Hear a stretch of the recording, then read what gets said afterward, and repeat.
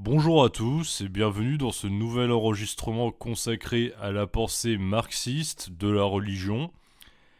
J'ai beau avoir consacré quelques vidéos à la notion de religion et à la pensée de Marx sur cette chaîne, il y a une théorie très classique qui n'avait pas encore été abordée par mes soins, c'est la conception marxiste de la religion, qui demeure très importante, ne serait-ce que d'un point de vue historique. Mais avant d'en venir à la fameuse théorie de Marx, je vais faire un petit détour par Hegel, puisque c'est dans son ouvrage Critique de la philosophie du droit de Hegel que Marx prend ses distances avec Hegel et l'hégélianisme, mais aussi livre sa célèbre critique violente de la religion que l'on va voir ici. Mais j'examinerai également la thèse de Feuerbach concernant la religion, car il y a un lien assez évident avec celle de Marx, et une certaine parenté. Vous l'aurez compris, avant d'en arriver à cette fameuse expression de religion comme opium du peuple, on a du chemin à faire.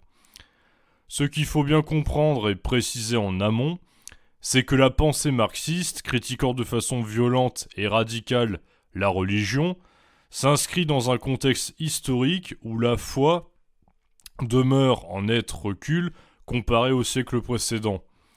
La religion conserve un certain pouvoir et une certaine influence, notamment au niveau politique, en France par exemple, la séparation de l'Église et de l'État n'ayant eu lieu qu'en 1905, mais le siècle des Lumières, le XVIIIe siècle, a eu comme conséquence une indépendance toujours plus importante de la pensée humaine à l'égard de la religion.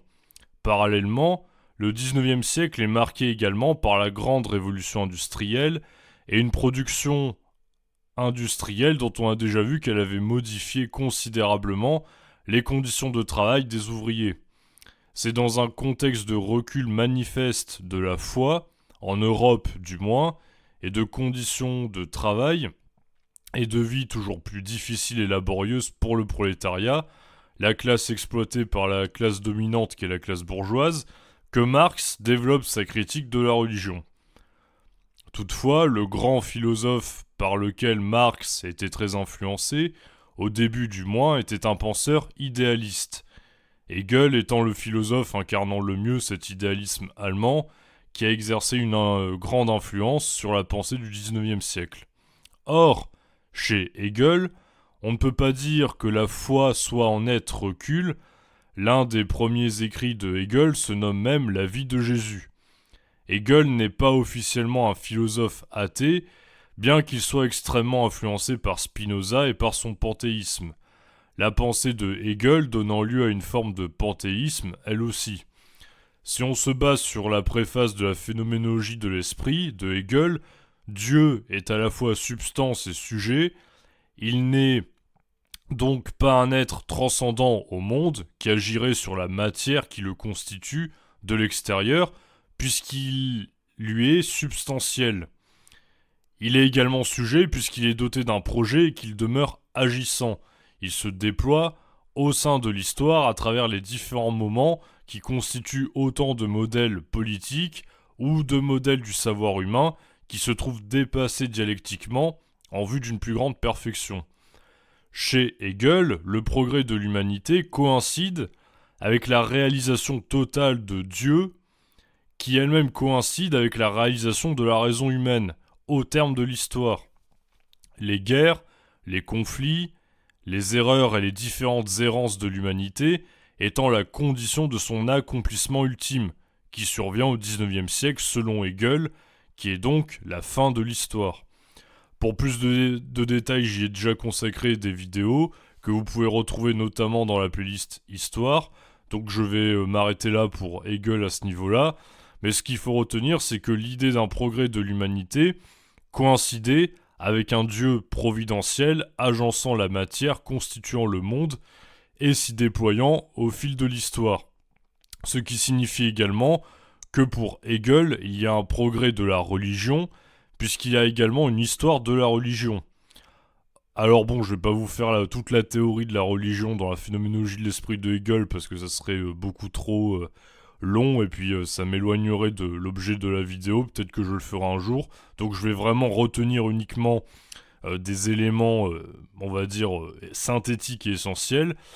Donc ce qui est frappant avec Hegel, lorsque l'on se penche sur le chapitre 7 de la phénoménologie de l'esprit, consacré à la religion, c'est que l'abandon de la croyance en un Dieu, comme être suprême et parfait, qui serait étranger à l'homme, est une forme de progrès.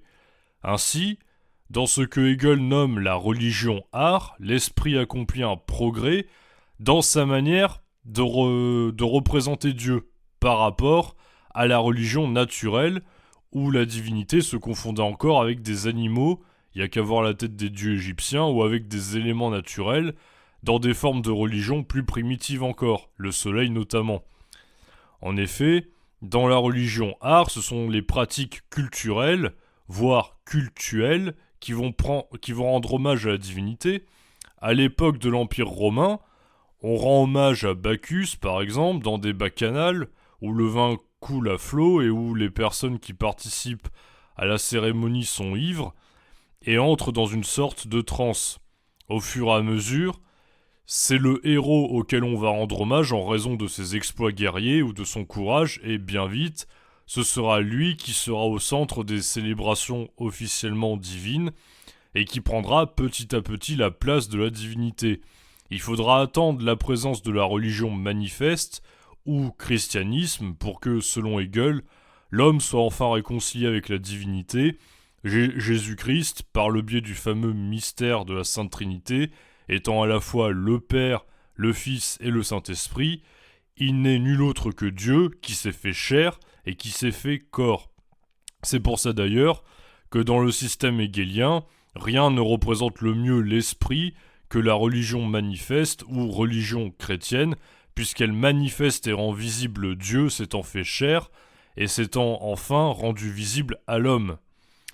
Il n'y a que l'esprit absolu, le dernier chapitre juste après dans la phénoménologie de l'esprit, qui soit encore mieux, simplement parce que c'est là que Hegel dévoile explicitement la logique dialectique qui l'a aidé à saisir la nécessité d'une évolution des différentes figures du savoir pour en arriver à Jésus-Christ, le sauveur de l'humanité, en guise d'ultime justification à ce qui précède.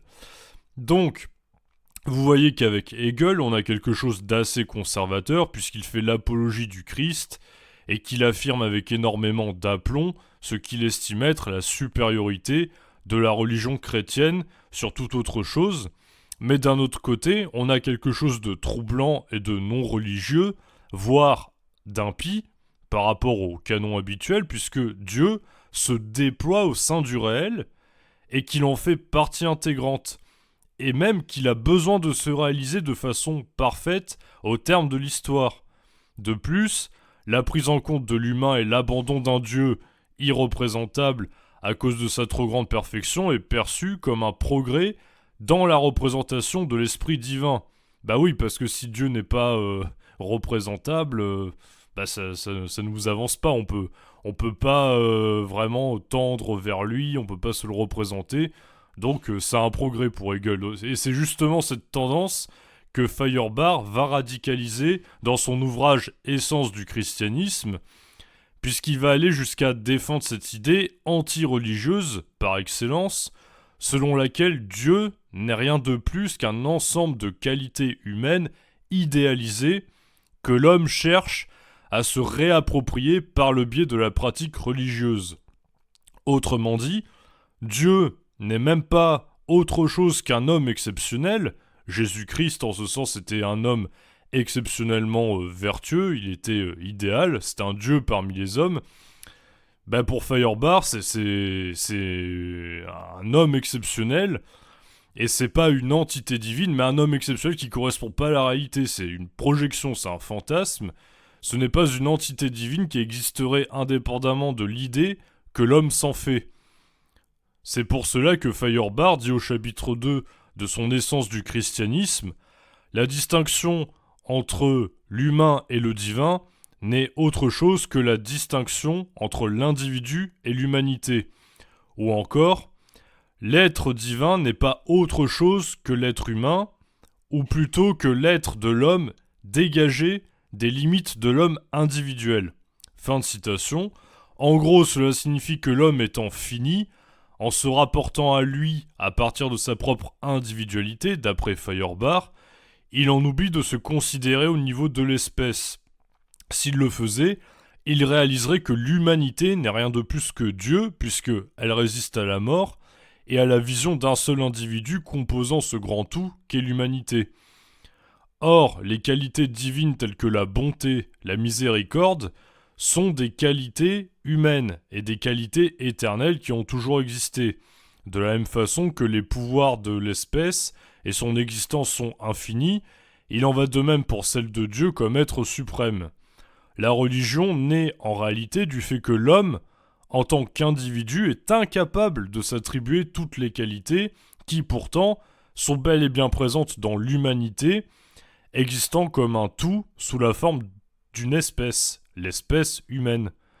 Ainsi, les qualités morales et la puissance que l'on retrouve chez l'homme à l'échelle de l'humanité entière, un homme à lui seul ne peut pas posséder toutes les qualités, et un homme ne peut pas tout à lui seul, mais à l'échelle de l'humanité sur le long terme tout devient possible, eh bien, dans ce cas-là, il n'y a pas de différence par rapport aux qualités de la divinité. Mais ce n'est pas parce que Dieu aurait créé l'homme à son image, parce que ça c'est le raisonnement du croyant, c'est parce que l'homme a conçu Dieu à partir de l'image d'un homme ultra parfait et qu'il est conscient de son imperfection individuelle. Donc la religion naît d'une dépossession, une aliénation véritable en un sens que Marx n'aurait pas renié, des qualités propres à l'homme et par une volonté de se réapproprier ces qualités dans la pratique religieuse par le biais du culte. Feuerbach dit la chose suivante, une chose intéressante. Pour enrichir Dieu, l'homme doit se faire pauvre. Pour que Dieu soit tout, l'homme doit n'être rien. Fin de citation. L'homme est rendu étranger à lui-même par la religion qui lui fait concevoir comme étranger à lui la bonté, la générosité, la magnanimité, la toute-puissance, l'ingéniosité, etc. Pourtant, si on considère le développement de l'humanité jusqu'à aujourd'hui, le monde qui entoure l'homme est un monde façonné par l'homme, si on exclut la nature où nulle intervention humaine n'aurait eu lieu. Et toutes ces qualités se manifestent par le biais d'actions humaines concrètes ayant déjà eu lieu. Par conséquent, puisque l'homme a accepté l'idée selon laquelle il était imparfait, il va devoir essayer de retrouver autant que possible ces qualités en priant, en vouant un culte à Dieu, qu'il a créé de toutes pièces, puisqu'il s'agit de l'équivalent d'un homme ultra puissant et ultra parfait, et en se fiant au texte sacré de sa religion qui lui dicte la conduite qu'il devra adopter. Le jeune Marx reprendra à son compte la critique irréligieuse de Feuerbach, mais il critiquera cette idée d'une humanité abstraite, l'homme, selon Marx, correspondant à une réalité sociale et matérielle concrète. Il n'y a pas une essence humaine figée, abstraite, mais un homme qui agit et vit dans une époque déterminée, dans un cadre social déterminé, au sein d'un système économique déterminé et avec un ensemble de lois déterminées. Il ne faut donc plus, selon Marx, penser l'homme d'après des catégories abstraites qui se veulent universelles et n'expliquent finalement pas grand-chose, mais selon des catégories sociales correspondant à la place qu'un individu occupe au quotidien dans la société à laquelle il appartient. Marx arrive donc dans le prolongement que j'ai indiqué, à la suite de Hegel et de Feuerbach. Donc si on résume, d'abord on humanise Dieu avec Hegel, et on montre la nécessité de pouvoir le représenter comme un humain parfait. Ensuite, on montre l'artificialité de l'idée de Dieu qui n'est qu'une idée humaine vers laquelle l'homme essaye tant bien que mal de tendre par la pratique religieuse avec Feuerbach. Autant dire que l'idée de Dieu comme être suprême absolu qui aurait créé le monde et l'homme est déjà bien endommagée avant que Marx ne rédige son célèbre texte critiquant la religion dans son ouvrage Critique de la philosophie du droit de Hegel. En effet, si Marx conserve de Hegel cette idée humaniste d'un monde façonné par l'activité de l'homme, dans lequel il est amené à prendre conscience de lui-même, il récuse en revanche totalement le fait qu'il faille s'en remettre à Dieu ou attendre quoi que ce soit d'une sorte de déroulement naturel de l'histoire. la religion, ou la lecture théologisante que Hegel fait de l'histoire, et faisant encore intervenir une sorte de Dieu providentiel, est parfaite pour faire miroiter à l'homme un bonheur céleste auquel il n'aura jamais accès. Or, c'est le sens de la critique de la philosophie du droit de Hegel qu'opère Marx. Hegel a conçu le droit comme étant influencé par les idéaux chrétiens tirés du christianisme, et donc comme faisant la part belle à l'individu et à sa valeur infinie. Cependant, la conception idéale du droit de Hegel fait du droit le résultat d'un progrès historique. Il ne conçoit pas que le droit puisse être le résultat d'intérêts privés d'une classe dirigeante qui cherche à duper le peuple, ni que la religion puisse être un instrument de pouvoir en ce sens. Or, le droit appartient à ce que Marx nomme la superstructure, de même que la religion, c'est-à-dire le socle idéologique et intellectuel de l'élite qui cherche à asservir le peuple et à le dominer. Et il se trouve que ce n'est pas la superstructure qui façonne et détermine l'infrastructure, ce n'est pas l'intellectuel et ses idées, Hegel par exemple, sorte de philosophe providentiel, qui agit sur la matière sociale pour lui donner forme. C'est le contexte social et économique de production qui détermine les idées d'une personne et qui détermine également les idées que l'élite qui gouverne va transmettre et véhiculer pour asseoir sa position dominante. Le système de production capitaliste, qui exploite le travailleur afin d'accumuler toujours plus de profits et de richesses, ne va développer et produire des idées qui ne feront que prolonger son intérêt. Le grand capital n'a aucun intérêt à ce que des idées révolutionnaires germent dans la tête du prolétariat, car sa survie dépend de l'exploitation de cette classe industrieuse et sous-payée. Or, quoi de mieux que la religion pour endormir le peuple et lui faire perdre de vue là où est son réel intérêt ? En effet, dans l'extrait bien connu qui est le suivant, Marx nous dit la chose suivante, je cite « Voici le fondement de la critique irréligieuse. C'est l'homme qui fait la religion et non la religion qui fait l'homme. À la vérité, la religion est la conscience de soi et le sentiment de soi de l'homme qui, ou bien ne s'est pas encore conquis, ou bien s'est déjà de nouveau perdu. Mais l'homme, ce n'est pas un être abstrait, recroquevillé hors du monde. L'homme, c'est le monde de l'homme. C'est l'État, c'est la société. On peut déjà faire une pause ici et constater que effectivement, Marx se situe dans le prolongement de Feuerbach, puisqu'il dit que c'est l'homme qui fait la religion et non l'inverse. Autrement dit, la religion est une invention humaine, elle n'est pas tombée du ciel par l'intermédiaire d'une volonté divine, et l'homme n'est pas façonné par la religion, puisqu'il en est à l'origine. Il se façonne à travers la religion, plus exactement, puisque, comme on l'a vu, il essaye de tendre vers un certain idéal de pureté qu'il croit être étranger à lui. C'est trop beau pour l'homme, en fait, dans la pratique religieuse. Il y a deux possibilités ici d'après Marx, ou bien celui qui croit en Dieu est en train de se chercher, et il a un sentiment d'inachèvement personnel puisqu'il cherche à se conquérir lui-même dans la pratique religieuse, ou bien il est de nouveau perdu, autrement dit, il ne sait plus où il en est et il a besoin de la religion pour se trouver car il ne se reconnaît pas dans le monde qui l'entoure, et la religion lui donne un repère de ce à quoi il doit essayer d'aspirer. Pour le dire très simplement, la religion ne peut convenir qu'aux personnes qui se cherchent encore ou aux paumés, ce qui n'est pas très sympathique pour les croyants, vous en conviendrez. L'homme a un sentiment d'inachevé ou de méconnaissance de lui, et la religion comble artificiellement ce besoin. Mais précisément, Marx remet en question ici le fait que l'homme soit une sorte de réalité abstraite, c'est-à-dire séparée des conditions sociales et matérielles dans lesquelles il est amené à vivre. Il ne doit pas être recroquevillé dans son coin, replié sur sa petite personne, mais s'ouvrir à la réalité sociale qui le constitue à son insu. Avant d'être homme, il est surtout citoyen, et en tant que citoyen, il appartient à une classe politique, prolétaire ou bourgeois par exemple. Le monde de l'homme, c'est l'État, Et donc qui dit État ou société dit vie commune, où des lois s'imposent à nous et contribuent à façonner la réalité dans laquelle on vit. Or, l'État autorise certaines choses et en interdit d'autres. L'État peut m'autoriser à faire fructifier mes économies autant que je le veux par mon travail, mais ce faisant, l'État, le droit en tout cas, ne tient pas compte de mon salaire, particulièrement maigre, surtout compte tenu de mon niveau d'études, ni de détermination concrète. Avoir un même droit ne signifie pas avoir les mêmes possibilités concrètes et matérielles que mon prochain dans les faits. Or, la religion rend acceptable et supportable la misère sociale et l'injustice.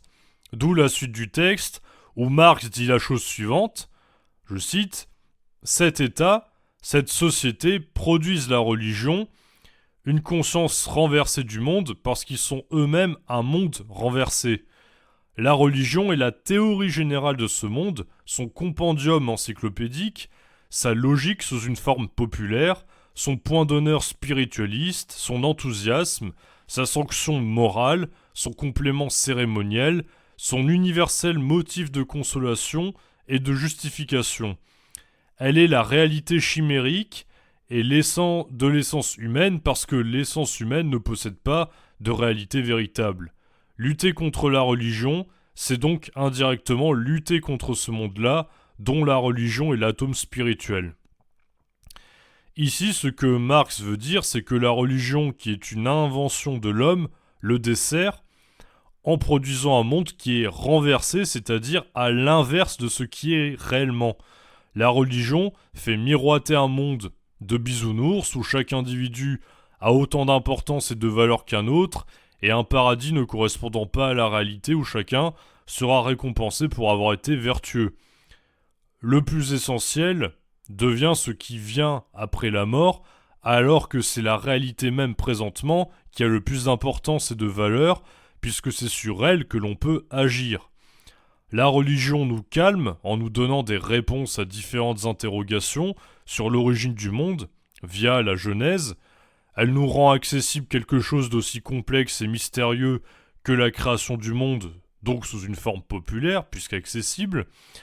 Elle distribue les bons et les mauvais points via un système de récompense ultérieure, avec les idées de paradis ou d'enfer, et nous apaise en nous faisant croire que le meilleur est à venir quand tout va mal ici-bas, et que nous sommes gouvernés par d'horribles sophistes ultra-capitalistes, tous plus malveillants les uns que les autres.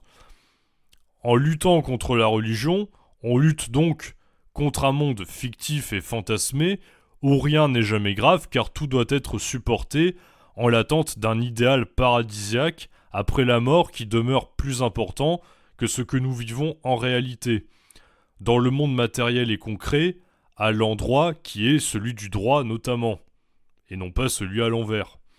Ainsi, ce qui est paradoxal et intéressant avec cette idée de Marx, c'est que la religion devient à la fois le mal et le remède à ce mal, car elle est source d'illusions pour le croyant, mais en même temps, elle répond à un besoin d'illusion qui lui rendrait la réalité inacceptable autrement. Ce qui ne signifie pas que ça soit une bonne chose, ça veut seulement dire que c'est le serpent qui se mord la queue. D'où la citation suivante, « La misère religieuse est tout à la fois l'expression de la misère réelle et la protestation contre la misère réelle. La religion est le soupir de la créature accablée, l'âme d'un monde sans cœur, de même qu'elle est l'esprit d'un état de choses où il n'est point d'esprit. Elle est l'opium du peuple. Nier la religion, ce bonheur illusoire du peuple, c'est ni exiger son bonheur réel. Exiger qu'il abandonne toute illusion sur son état, c'est exiger qu'il renonce à un état qui a besoin d'illusions. La critique de la religion contient en germe la critique de la vallée de larmes, dont la religion est l'auréole. La critique du ciel se transforme ainsi en critique de la terre, la critique de la religion en critique du droit, la critique de la théologie en critique de la politique. Fin de citation, et fin du texte qui nous intéressait le plus ici. Quand Marx parle de la religion comme soupir de la créature accablée, il veut dire que c'est le dernier recours d'une créature, l'homme, qui est attaqué de toutes parts et qui n'a aucun moyen de se défendre et qui fait donc le choix de fuir la réalité plutôt que d'agir de manière à la transformer. À quoi bon faire la révolution et s'unir contre la classe bourgeoise qui nous opprime si le meilleur est à venir une fois que nous ne serons plus de ce monde? La religion est donc ce qui fait tenir en place un monde dépourvu de générosité et d'humanité, où l'exploitation, les inégalités et l'inacceptable deviennent acceptables. La religion est l'opium du peuple dans la mesure où l'opium est une drogue apaisante qui ramollit et endort celui qui la consomme. Or, cette drogue fait également naître de la dépendance chez le consommateur. Par analogie, la religion apparaît comme un opium car l'homme en a besoin pour fuir un mal-être profond lié à son impuissance politique, puisqu'il n'a aucune emprise sur l'État et sur les lois qui régissent sa vie quotidienne. D'ailleurs, la référence à la vallée des larmes montre que Marx connaît un peu la Bible, puisqu'il s'agit d'un extrait direct illustrant assez bien ce contre quoi il essaye de lutter. Il s'agit de l'extrait de Psaume 84, 6, 8, je cite « Heureux ceux qui placent en toi leur appui, ils trouvent dans leur cœur des chemins tout tracés. Lorsqu'ils traversent la vallée de larmes, ils la transforment en un lieu plein de sources, et la pluie la couvre aussi de bénédictions. Leur force augmente pendant la marche, et ils se présentent devant Dieu à Sion. » Fin de citation. Donc cet extrait montre que la foi en Dieu donne la force pour surmonter les chagrins de l'existence et pour traverser de dures épreuves pour aller vers lui, mais selon Marx, bien sûr, ce sont des épreuves inutiles pour aller vers la simple mort, et le bonheur illusoire lié à l'espérance et promis une fois au paradis par la religion neutralise le peuple en le détournant des vrais combats qu'il devrait mener pour reconquérir le pouvoir. L'homme doit donc cesser de s'en remettre à Dieu, et en critiquant la religion et son caractère illusoire, il doit critiquer ensuite non plus la théologie qui se préoccupe des questions métaphysiques autour de Dieu, mais le droit qui autorise les injustices concrètes. Il doit passer de la critique de l'illusion liée à l'idée de Dieu à la critique de l'état déplorable de la terre sur laquelle il vit. Il doit cesser d'espérer ce qui n'adviendra jamais et dont se préoccupe la théologie, mais critiquer la politique par laquelle tout advient au quotidien et dont il ne se préoccupe pas. Voilà, j'ai terminé pour cette idée très classique de Marx et connue de façon parfois un peu superficielle. Retenez donc l'idée que la religion est un instrument de domination qui n'opprime pas les hommes directement, mais au contraire tend à les endormir.